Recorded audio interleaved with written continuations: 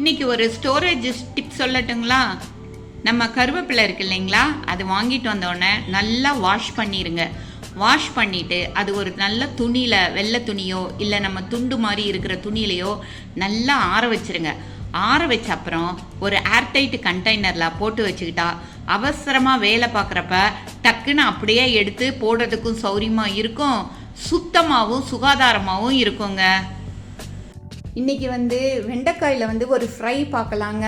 இது ரொம்ப நல்லா கிறிஸ்பியாக இருக்குங்க. வெண்டைக்காய் குழந்தைங்களுக்கெல்லாம் அவ்வளோவா பிடிக்காது. இந்த நம்ம ஃப்ரை இப்படி பண்ணி கொடுத்தோம்னா இது எல்லாரும் ரொம்ப விரும்பி சாப்பிடுவாங்கங்க. அந்த ஃப்ரை எப்படி பண்ணுறதுன்னு இப்போ பார்க்கலாம். வெண்டைக்காயை ஃபஸ்ட்டு பொடி பொடியாக கட் பண்ணிக்கலாங்க.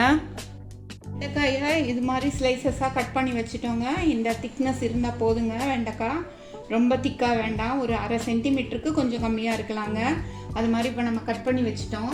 இதில் ஒரு 2 ஸ்பூன் அளவுக்கு அரிசி மாவு, அதுக்கப்புறம் 1 ஸ்பூன் அளவுக்கு கடலை மாவு, அதுக்கப்புறம் மிளகாத்தூள் ஒரு 1/2 ஸ்பூன் அளவுக்கு. நான் என் காரத்துக்கு தகுந்த மாதிரி போட்டுக்கேங்க.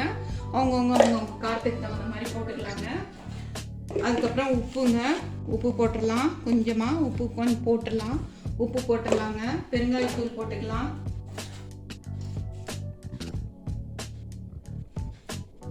இதில் வேணும்னா கொஞ்சம் கரம் மசாலா தூள் வாசனை, மசாலா வாசனை பிடிக்கும்னா கொஞ்சம் கரம் மசாலா தூள் போட்டுக்கலாங்க. இன்றைக்கி நான் கரம் மசாலா தூள் போடாமல் பண்ணுறேன்.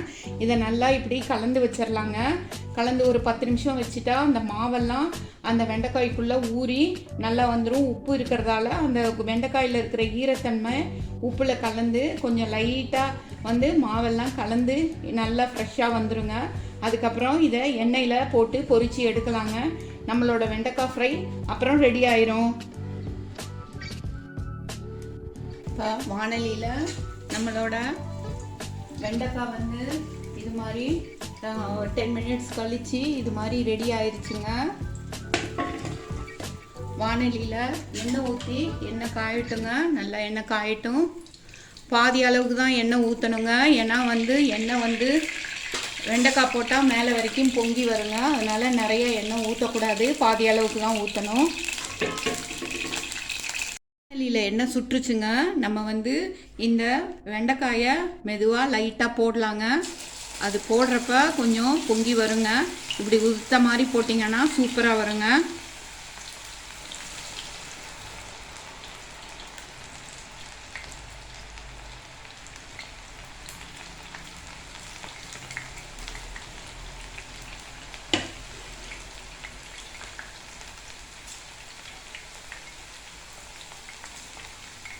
இப்போ கரண்டியில் இதை லைட்டாக திருப்பி விட்டுறலாங்க. பாருங்கள், வெண்டைக்காய் எவ்வளோ அழகாக வெந்து வந்திருக்குன்னு பாருங்கள். இது மாதிரி சத்தம் கேட்டதுனாவே வெண்டைக்காய் நல்லா வெந்துருச்சுன்னு அர்த்தம். நம்ம இதை எடுத்துடலாம். இனி 1 நிமிஷம் விட்டால் கூட பிளாக் ஆயிரும். அது டேஸ்ட்டு மாறிடுங்க, கொஞ்சம் கசப்படிச்சிரும். அதனால் நம்ம உடனே எடுத்துடலாங்க. பாருங்கள், வெண்டைக்காய் ஃப்ரை சூப்பராக ரெடி ஆயிருச்சு. சூப்பராக மொறுமொறுன்னு இருக்கிற வெண்டைக்காய் ஃப்ரை சூப்பராக ரெடி ஆயிடுச்சுங்க.